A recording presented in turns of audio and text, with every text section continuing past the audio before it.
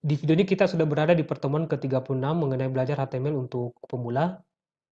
Dan di pertemuan ke-36 ini, ya kita akan kembali membahas mengenai eh, elemen form yang terkait dengan tanggal dan waktu. Dan sebenarnya untuk elemen form yang terkait dengan tanggal itu pernah kita bahas di video sebelumnya.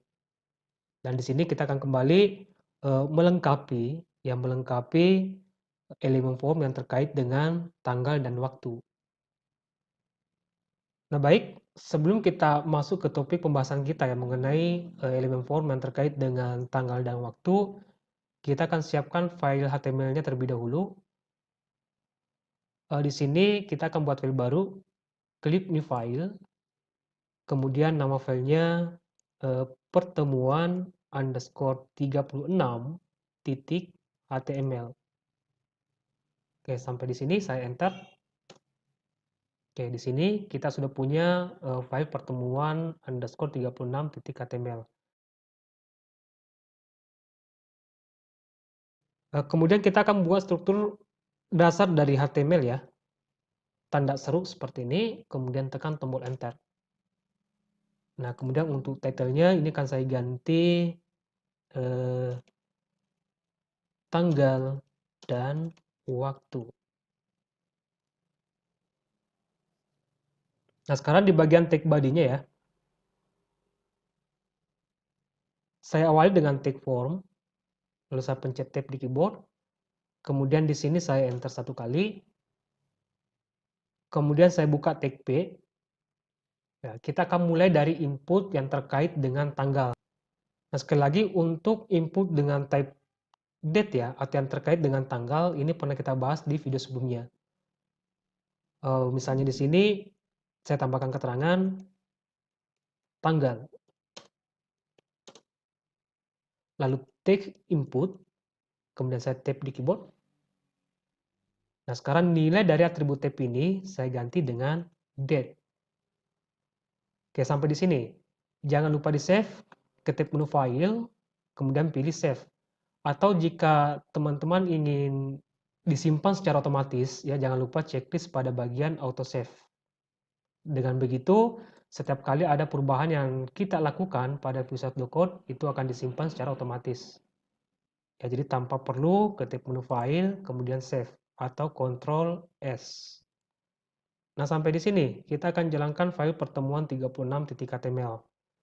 Jadi file ini saya simpannya di desktop ya. Di sini, di dalam folder belajar HTML. Kemudian kita scroll ke bawah, cari pertemuan 36.html. Ini dia, klik kanan, kemudian pilih open. Oke, yang Windows Explorer ini saya close. Nah, sekarang di sini kita sudah punya form input yang terkait dengan tanggal. Nah, ketika user ingin menginput tanggal, ya tinggal mengklik pada bagian icon kalender ini. Nah, kalau diklik, nah maka akan muncul input berupa tanggal, bulan, dan tahun dengan format DD, dan Y 4 kali. Nah, selanjutnya, selain tanggal, ya, tabnya date, ada juga khusus untuk waktu. Saya buka tab P baru di sini. Misalnya di sini waktu, kemudian take input. Nah, nilai dari atribut tab ini saya ganti dengan time. Nah, sampai di sini saya kembali ke browsernya, kemudian saya refresh. Nah, maka di sini kita akan dibuatkan form input yang terkait dengan waktu. Jadi di sini user bisa memilih waktu yang ada dengan cara mengklik icon jam ini. Nah, di sini sudah disediakan ada format PM dan AM. Ya, jadi time untuk membuat input berupa waktu. Nah, selanjutnya saya buka tag P kembali. Jika kita ingin memerlukan input berupa tanggal, ya, bulan, tahun, dan jam, nah di sini ada satu tag input lagi. Misalnya di sini saya tambahkan keterangan tanggal, tanggal dan waktu, ya. Tanggal dan waktu. Kemudian di sini saya mulai dari tag input. Kemudian nilai dari atribut tab ini akan saya ganti date, time, kemudian dash, kemudian lokal. Sampai di sini, kita kembali ke browser, kita refresh. Nah, dengan menggunakan input date time lokal, maka kita akan dibuatkan input berupa tanggal, ya tanggal, bulan, tahun, dan jam. Jadi kalau saya klik ikon kalender ini, nah ini akan muncul tanggal, bulan, tahun, dan jam. Nah itu ketika kita ingin menggunakan kedua-duanya ya, tanggal dan waktu. Jika hanya menggunakan waktu, kita gunakan time.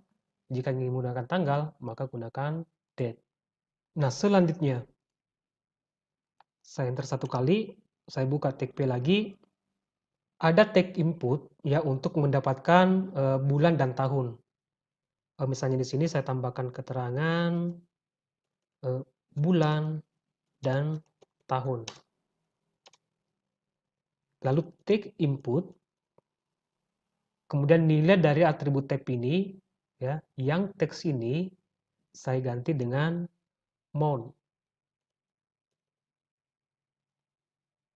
Nah, sampai di sini kita akan kembali ke web browser, kita refresh. Nah, kalau kita klik ikon kalender ini, maka di sini kita akan dibuatkan form input yang berupa bulan, dan tahun. Nah, terakhir masih ada satu di sini, saya buka tag P di sini untuk membuat form input ya yang berupa urutan minggu ya, minggu dalam satu tahun. Misalnya di sini minggu ke. Lalu tag input. Nah, kemudian nilai dari atribut tab ini saya ganti dengan week. Nah, sampai di sini kita lihat hasilnya di web browser, refresh. Nah, kalau kita klik ikon kalender ini, nah maka akan menampilkan input berupa urutan minggu ya dalam satu tahun.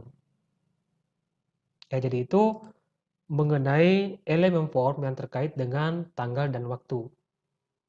Baik, saya rasa cukup untuk video kali ini. Semoga bermanfaat dan sampai jumpa di video berikutnya.